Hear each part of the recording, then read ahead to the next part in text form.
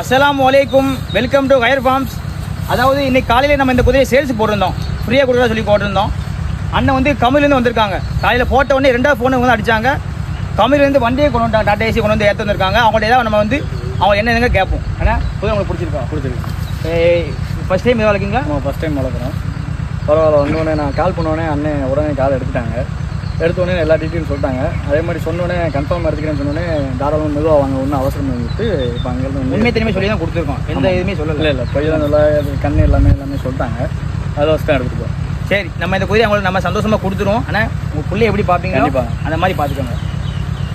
சரி, அடுத்து தேவைப்படும் கூப்பிடுங்க. அஸ்ஸலாமு அலைக்கும்.